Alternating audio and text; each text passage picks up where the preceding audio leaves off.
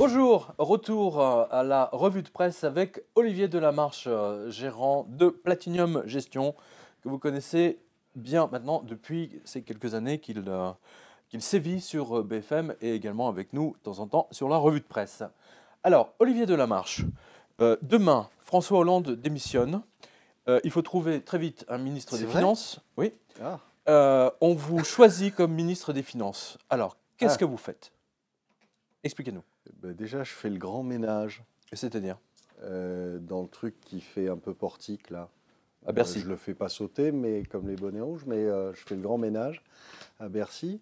Il y a un certain nombre de choses à faire, mais le problème, c'est que aujourd'hui, malheureusement, je pense qu'on est allé beaucoup trop loin en termes de dette, en termes de planches à billets un petit peu partout dans le monde. Et je pense qu'on peut essayer de faire certaines choses, mais je pense surtout qu'il est trop tard.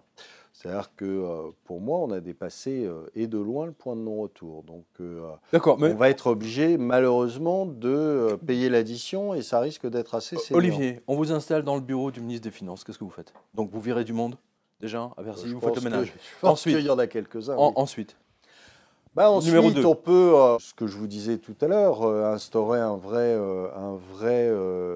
régime de responsabilité au niveau de la direction des banques et des institutions. Vous les nationalisez? Sur les banques? Oui. Ah, très probablement, oui.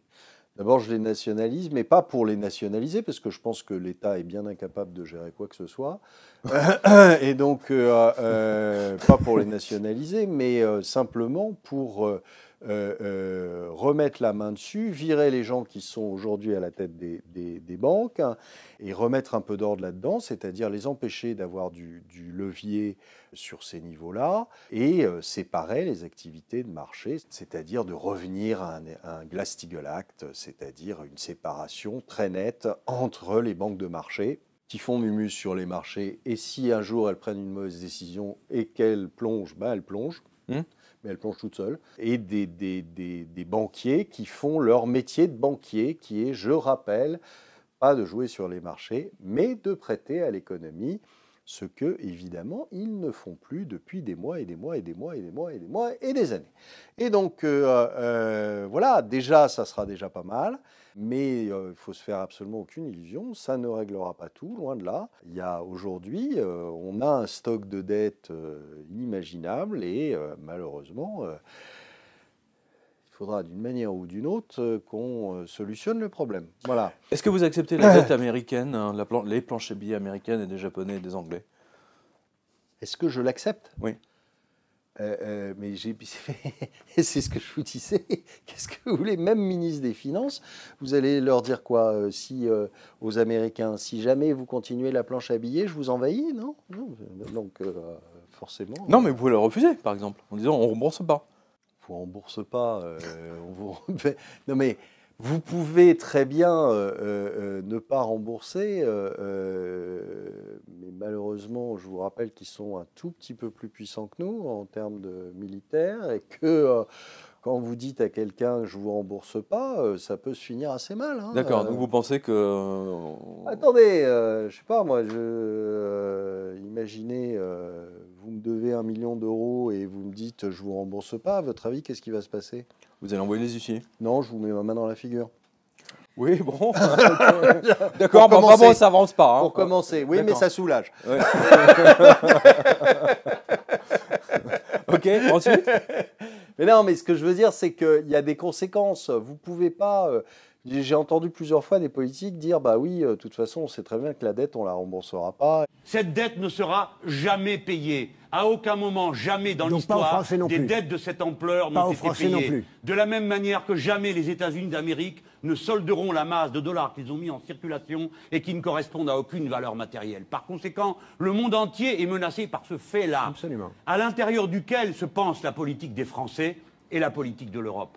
Cette dette ne sera jamais payée. Monsieur, plus on essaye de payer cette dette et moins on y arrivera. Ce qui veut dire que vous allez ruiner tous ceux qui ont prêté à l'État, y compris les Français. Attali, la moitié des Monsieur Français. Attali. Non, ça ne serait pas d'un trait de plume, pour la bonne et simple raison que la dette, elle est détenue par des gens, et par des gens par vous, par moi, par tout le monde.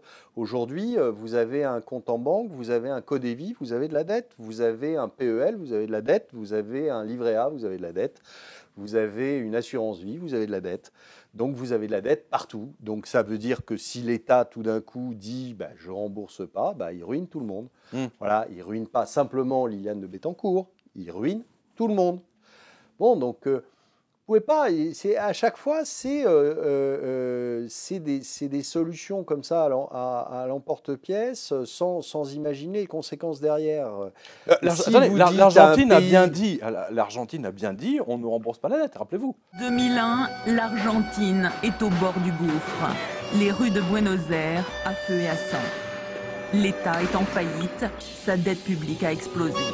Le gouvernement bloque l'argent des particuliers. L'heure est à la survie, la rue a faim. Un an plus tard, l'État argentin change radicalement de cap. Il refuse d'appliquer l'austérité et se lance dans une politique d'aide aux plus démunis, avec pour objectif de relancer la consommation et dans le même temps, l'État joue sur sa monnaie. Le gouvernement a dévalué, a suspendu la parité et a dévalué le dollar, désormais valait 3 pesos.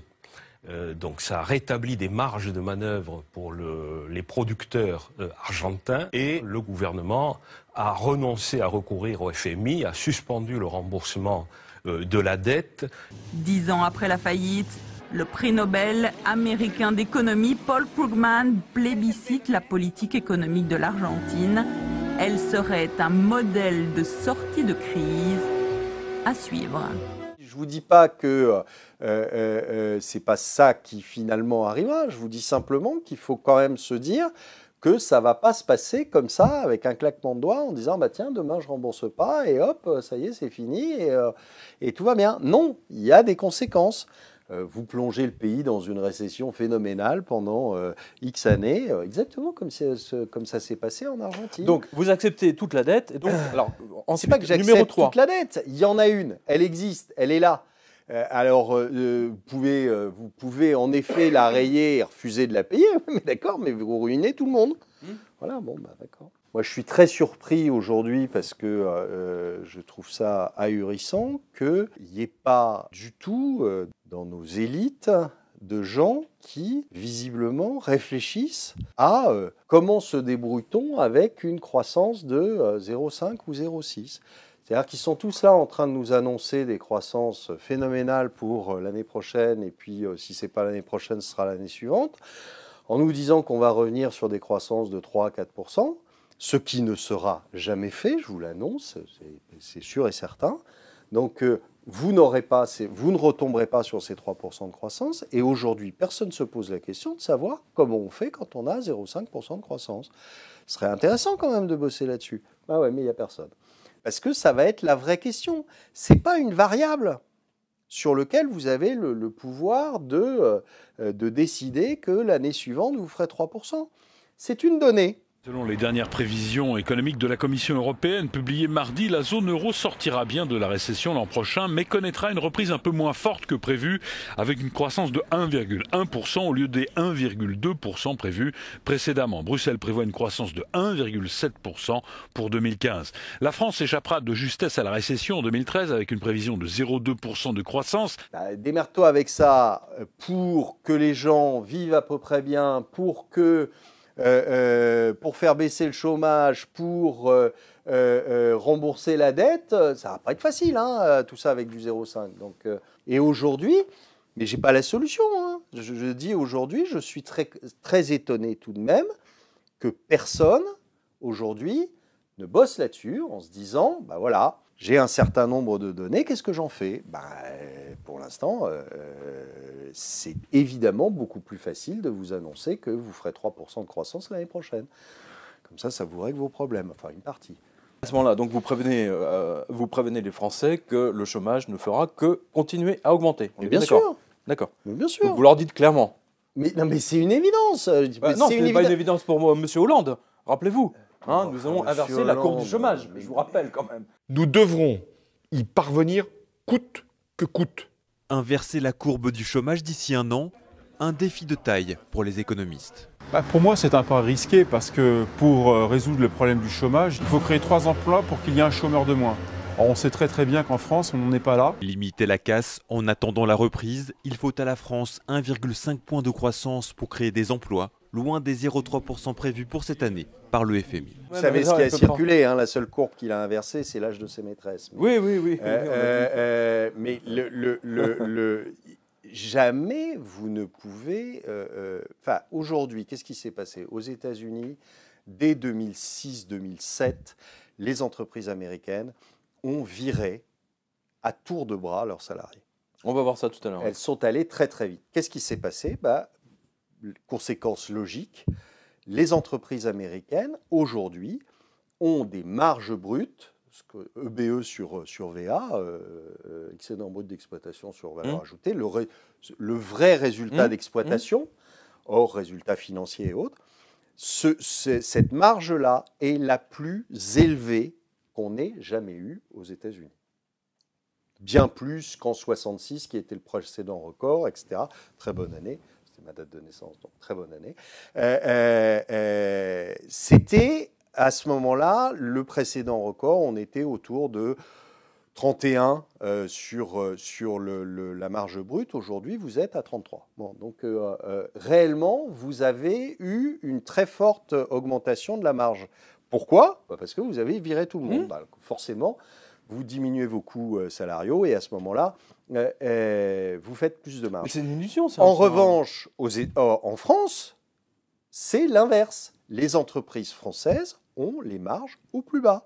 Pourquoi elles ont les marges au plus bas? Tout simplement parce qu'elles ont beaucoup moins viré que les États-Unis.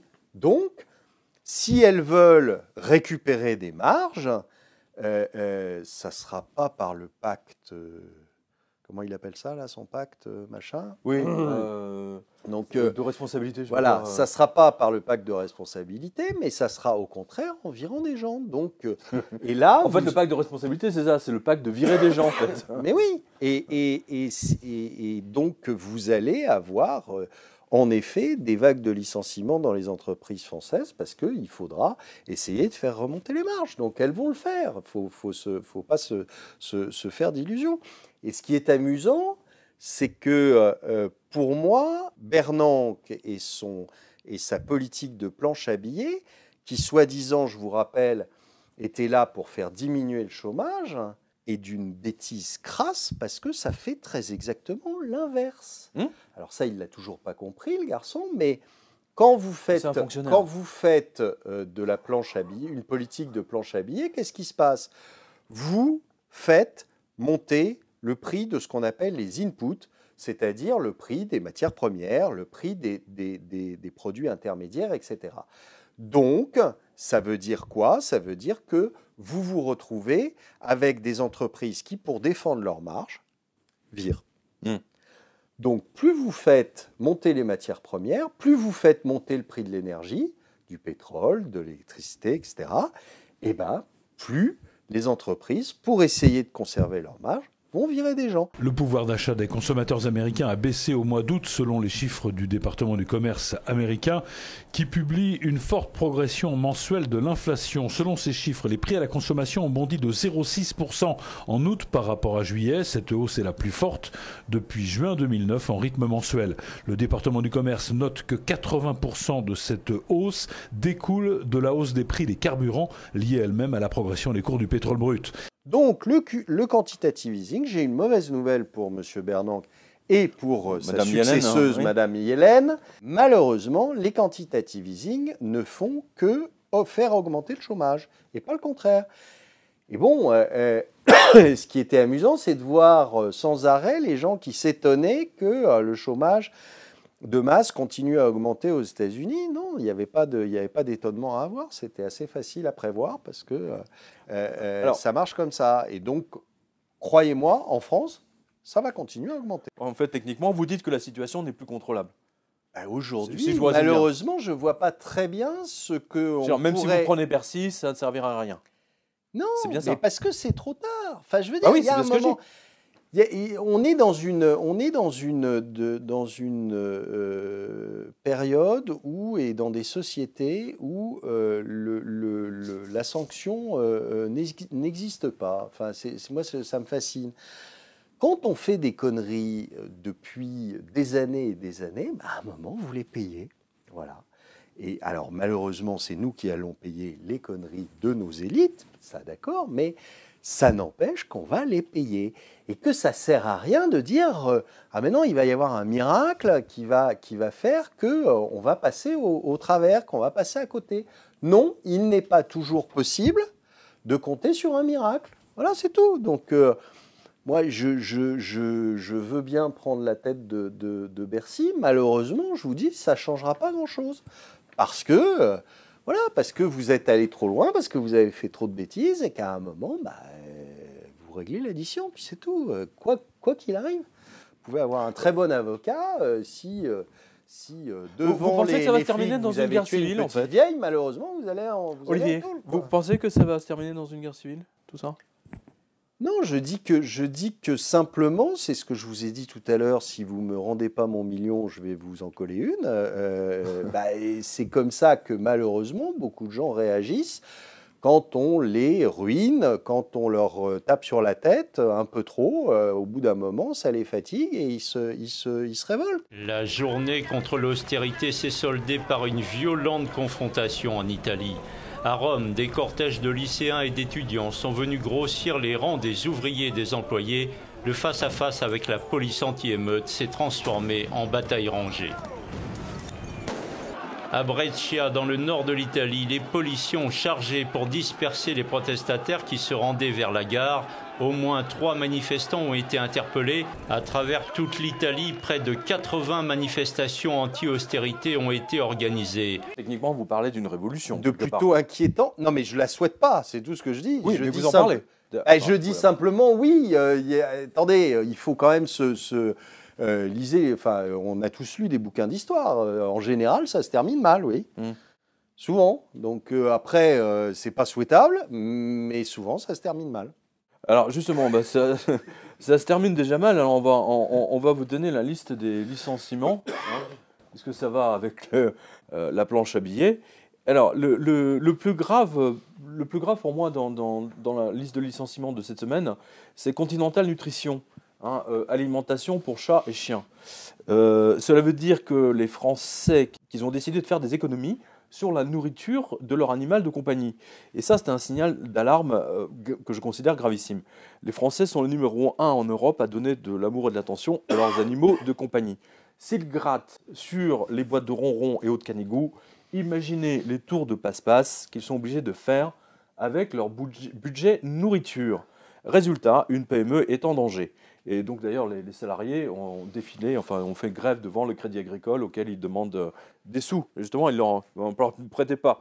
Donc ça serait intéressant de voir comment ça va se terminer. Voilà. Alors, Continental Nutrition, aliments, etc. pour chiens et chats, va virer entre 140 et 180 personnes. Donc c'est dans Newsbank. Merci Madame Landry. Julius Baer, qui est un banquier. C'est la banque suisse, Julius Baer. Banque suisse, 230 banquiers. C'est dans la tribune de Genève. Alors, KPN en Hollande va licencier entre 1500 et 2000 personnes. Et donc, merci à Linda qui nous a envoyé ça. C'est une information du Télégraphe. Alors, je rappelle, tout ça, c'était la semaine dernière pour nous, techniquement. Alors, vous avez tous les liens sur quotidien.com, bien entendu, tout ça est listé. La librairie Priva à Dijon, 60 années d'existence, 23 personnes virées. Donc c'est dans le bien public. Voilà. Donc c'est Eric qui nous l'a signalé. Alors de son côté, la multinationale Procter & Gamble s'est progressivement débarrassée depuis octobre de 200 salariés à Genève. Donc même chez les Suisses, les multinationales suisses licencient à tour de bras. Et donc c'est sur la RTS, merci à Madame Haussmont. Johnson Chimie va sabrer entre 300 et 400 personnes de plus, ici, Journal Times. L'opérateur mobile Mobistar se sépare de 200 personnes sur les 1650 salariés. Donc c'est dans la Nouvelle Gazette. Merci à Monsieur Boukens. Le transporteur Synergie Froid en liquidation judiciaire avec 49 salariés dans le Journal des entreprises. Et ça, c'est victorien. Alors Dell, les ordinateurs, va sabrer de 2000 à 3000 personnes, rien que ça. Donc lire le site Recode. Volvo, c'est Volvo Truck. Si Volvo Truck, oui, c'est Renault Volvo Truck. Va se séparer de 2300 salariés de plus, soit 4400 au total. Merci, monsieur Hubert. KKK. Voilà. Merci. J'ai oublié de mettre le lien. Voilà. C'est tout simplement aussi simple que ça.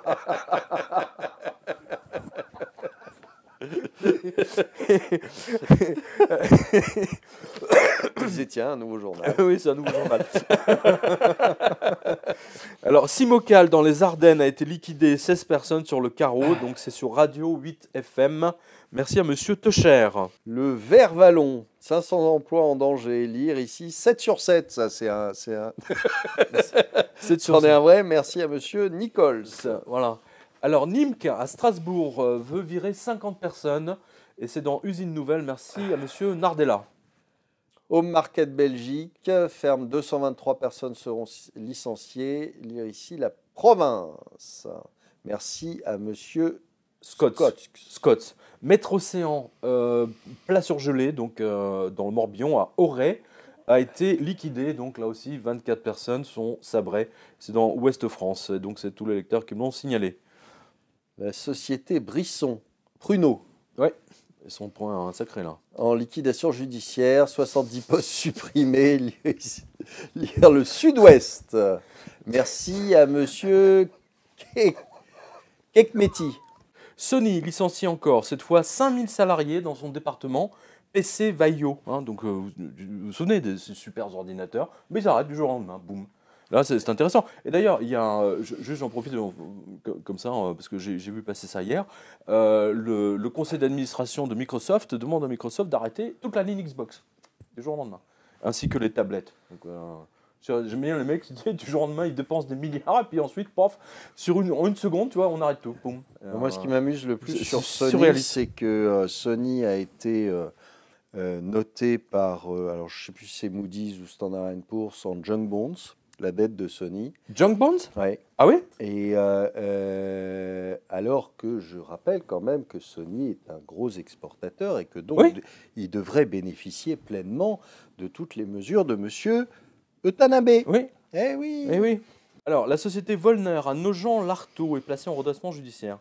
Les fours sont à l'arrêt et vont certainement y rester, nous dit notre lecteur Johan. 55 salariés en danger dans le même secteur, la société 3D-Com de Oulchy-le-Château. Voilà. À Monaco, le célèbre Borg-Warner va sabrer 200 personnes et fermer son usine. Il y a ici Usine Nouvelle. Oui, alors Borg-Warner, c'est pas n'importe quoi. C'est toutes les transmissions, notamment les transmissions automatiques, notamment des Mercedes, Porsche, etc. C'est vraiment du... Je ne savais même pas qu'ils étaient installés, je ne savais même pas qu'il y avait une usine à Monaco. Non mais c'est vrai, je ne savais pas qu'ils pouvaient se permettre une petite pollution comme ça avec des... Alors la chaîne de boutique Radio Shack, alors ça c'est étonnant, Extendi va fermer, alors carrément, alors ça rejoint ce qu'on disait tout à l'heure, 500 boutiques aux États-Unis. Boum. Donc c'est de la vraie reprise, ça sent la vraie reprise, c'est très clair. Et donc grosso modo, c'est entre 3000 et 5000 personnes qui vont se retrouver sur le carreau. Un politicien argentin se sépare de 170 fonctionnaires. Ça, c'est pas un mal. Via YouTube. Non, mais c'est ce qui est intéressant, c'est via YouTube. Il a enregistré un truc YouTube, il a dit, vous êtes tous virés. C'est fort. Ah oui, tu vois, ça t'économise toute la lettre recommandée, tu vois. Si tu as 300 personnes à virer, ou même 170, ça te fait 170 lettres recommandées économisées. Ah oui, il n'y a pas de petites économies. Donc c'est merci à Béatrice. AstraZeneca, pharmacie, vire 550 salariés de plus aux US. Oui, là c'est dans Fierce Pharma. Alors dans le même genre, donc US Steel, alors ça c'est important parce que c'est de l'acier, donc c'est vraiment de la matière première. Donc ça préfigure ce qui va se passer l'année prochaine en fait. US Steel vire 175 ouvriers, donc c'est dans de SPEC.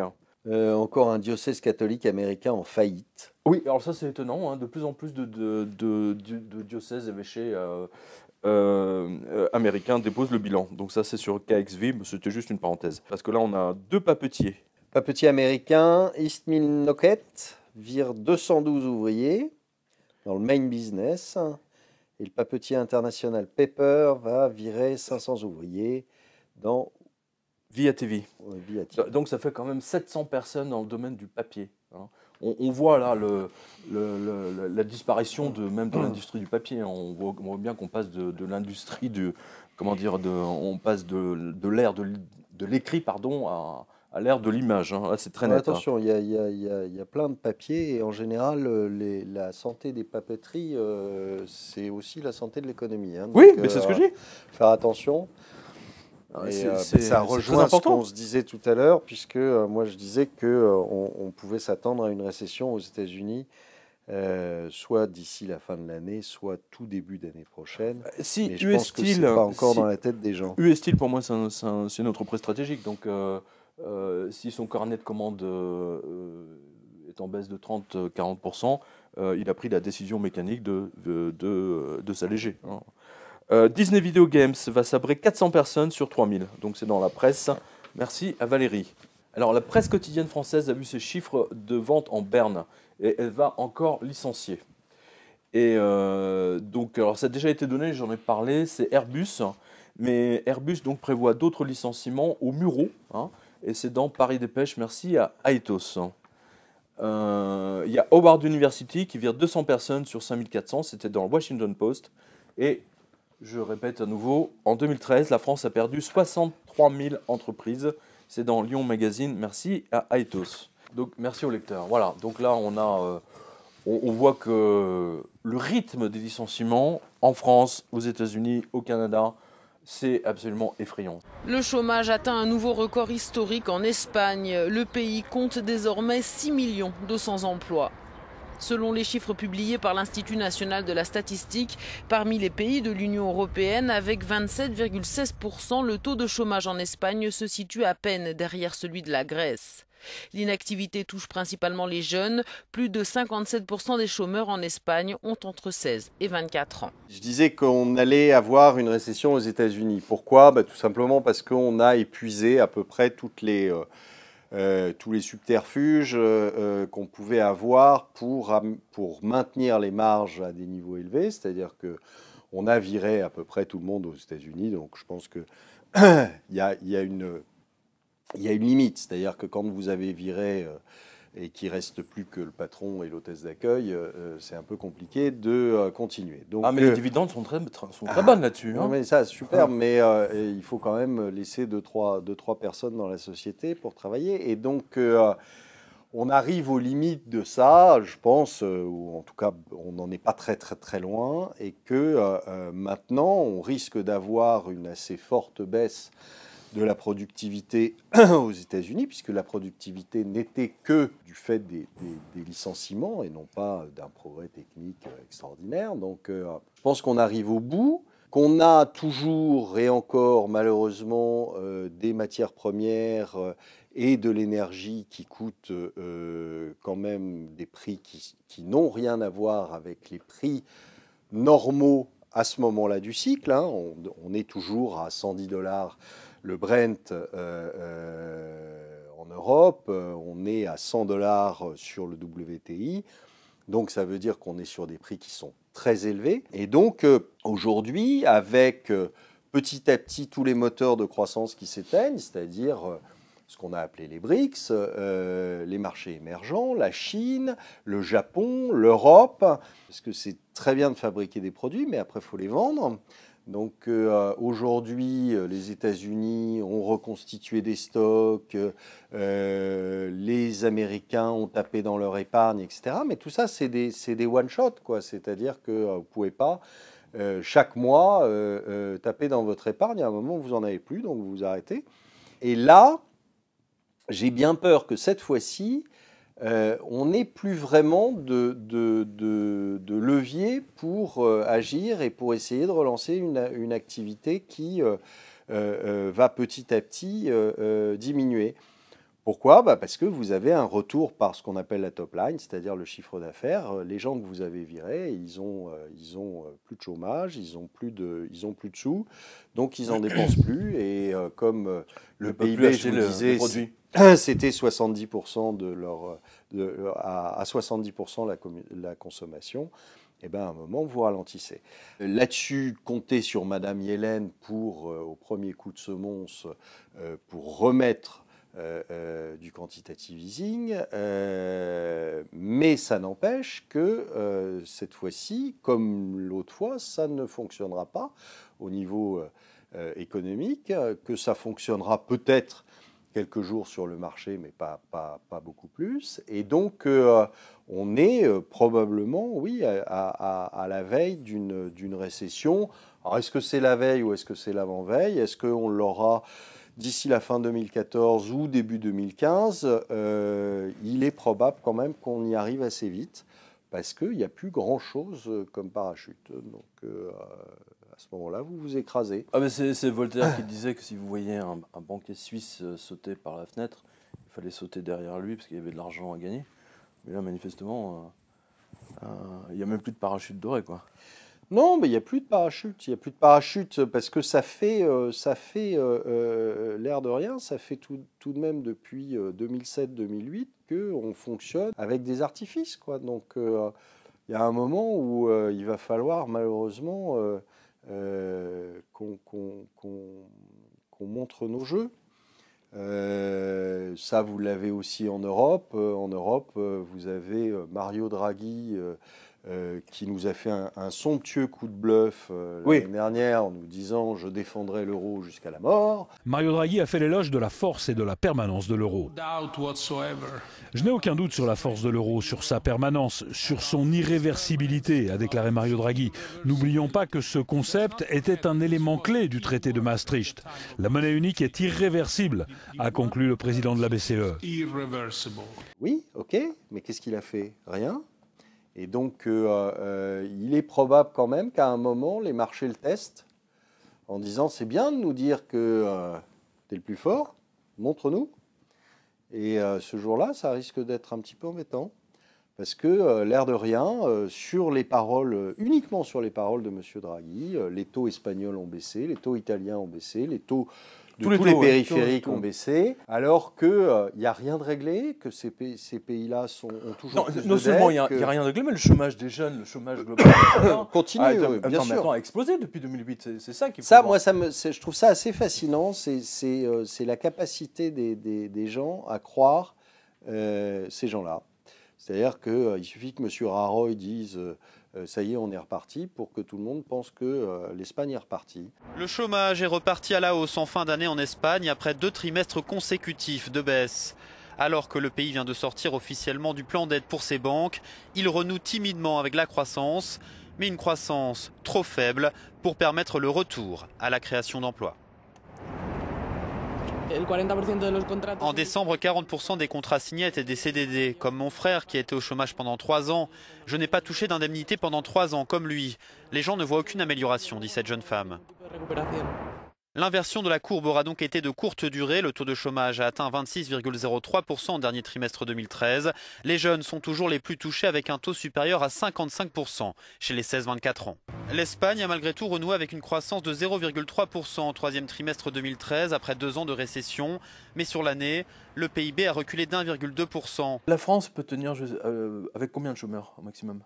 On sait rien parce que d'abord, je suis incapable de... Non mais attendez, on est... Officiel, je dis bien officiel. Ah oui, officiel. On est largement au-dessus. Oui. Enfin, non mais officiel. Malheureusement, vous n'avez pas, comme aux États-Unis, des statistiques qui soient des vraies statistiques. Donc, il est difficile de savoir quel est le niveau du chômage en France. Aux États-Unis, on a le BLS, on peut regarder ce qu'il y a dedans, et c'est là que vous apercevez ce que je dis depuis des mois et des mois, qu'on n'est pas à 6,5% de chômage, on est à 18%. Ce qui fait beaucoup, ce qui fait un Américain sur 5, ce qui fait beaucoup de monde au chômage. En France, vous ne pouvez pas faire ce genre de calcul puisque vous n'avez pas les données. On peut estimer qu'ils ont fait les mêmes, comment dire, ils ont bidouillé les comptes, le comptage de la même façon. Non, parce que c'est pas exactement fait de la même façon, c'est pas les mêmes calculs. Oui, vous avez des gens qui sont sortis des listes. Oui, vous avez des gens dont on ne renouvelle pas les indemnités. On le sait à chaque fois que... Ce qui est d'ailleurs étonnant, c'est de s'apercevoir qu'avec toutes ces comptabilité créatrice, on va les appeler comme ça, pour pas dire autre chose, même avec ça, ils ne soient pas foutus d'inverser la courbe du chômage. C'est ça qui est étonnant. Voilà, avec les contrats aidés, avec les magouilles qu'on peut faire sur le comptage, que même avec ça, ils ne soient pas fichus d'afficher un chiffre positif. C'est juste ahurissant. C'est fort. Voilà, c'est fort. Ça prouve qu'il a bien fait d'ailleurs d'aller aux États-Unis pour apprendre à compter, parce que M. Obama, il va lui apprendre rapidement comment on transforme 18 en 6,5. Hein? Parce que ça, il aimerait bien, je suppose, M. Hollande. Voilà. Donc vous nous annoncez une récession américaine typique pour fin 2014 ou mi-2014. Oui, et alors devinez quoi? Parce que quand il y a récession aux États-Unis... On dit que quand les États-Unis éternuent, l'Europe a le choléra, quoi. Enfin, si mes souvenirs sont bons. L'Europe se prend un pruneau, quoi. Voilà. C'est un pruneau. Donc, voilà, bon, il y a évidemment, c'est tout simple, hein, les États-Unis, c'est un tiers du PIB mondial. Donc, évidemment, si eux se mettent à ralentir, il est tout de même peu probable que nous, on décolle en termes de croissance. C'est très clair, c'est très clair. Alors justement, pour conclure cette revue de presse, donc, on a une information quand même toute assez intéressante. Figurez-vous que c'est l'évêché de Rouen qui est au bord de la ruine, ben oui, comme les évêchés américains, parce qu'on les a déjà donnés tout à l'heure. Cubitus vend les reliques. Tout le monde se souvient de ce chien sympathique qui s'appelait Cubitus. Alors naguère, c'était un commerce particulièrement florissant. Le roi Saint-Louis avait acheté des plumes tombées des ailes de Saint-Michel. Donc ça veut dire que c'était très important. Le trafic des reliques n'intéresse plus personne aujourd'hui, d'autant plus qu'il est interdit par le droit canonique. Mais, cela n'a pas empêché Monseigneur Décube de mettre en vente en toute discrétion, lors d'une vente aux enchères à Paris, je cite, de nombreuses pièces d'art appartenant au diocèse, vêtements liturgiques anciens, objets d'art, crucifix, enluminures, calices, ostensoirs, reliquaires garnis, voilà, c'est comme la salade. Bref, des morceaux de corps humain provenant de cadavres de saints. Alors, Monsieur Décube, Monseigneur Cubitus, n'a pas trouvé de client pour un beau tibia de Saint-Gervais, ou une vertèbre abîmée de Saint-Maclou. Ça vous intéresse, Olivier? Non, moi je pense je n'invente rien. Je n'invente rien. Mais c'est intéressant. Ils en sont là, l'évêché. Ils sont en train de vendre un tibia de Saint-Gervais. Qu'ils acceptent que des restes humains autrefois vénérés comme des reliques de saints soient vendus à Lancan est un vrai scandale. Lire ici, donc allez sur quotidien.com, vous avez le lien, et j'ai oublié, j'ai un lecteur qui m'a envoyé le catalogue de la vente, très très intéressant. Ça me rappelle un petit peu, c'est vrai, 777, la chute de Wall Street et de Vatican, on y est quelque part, c'est quand même fou, parce que pour vendre les os de Saint-Maclou, vraiment, c'est que rien ne va plus. Voilà. Olivier Delamarche, merci à vous. Un dernier mot peut-être pour les spectateurs de la revue de presse? Je peux difficilement passer après Saint-Maclou. Je laisse à Saint-Maclou le mot de la fin. Voilà, donc écoutez, en tout cas, merci à vous, merci à tous les 5 qui nous ont accompagnés, et espérons qu'ils ne seront pas vendus, même si le Vatican et les évêchés font faillite. Merci à vous et à bientôt à la radio. Merci à vous Olivier Delamarche, merci à vous, vous avez été très très très nombreux à regarder la revue de presse, et je vous donne rendez-vous sur quotidien.com pour les mises à jour habituelles, et bien entendu sur Twitter. Parce que beaucoup de l'actualité économique passe maintenant par mon fil Twitter. Abonnez-vous. Merci, à bientôt.